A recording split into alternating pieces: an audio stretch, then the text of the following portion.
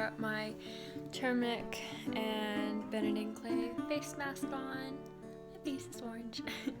I have homemade chai tea, and I'm going to be reading The Touch of Healing. New book I'm reading after a long day of work. This is my self-care. Cheers!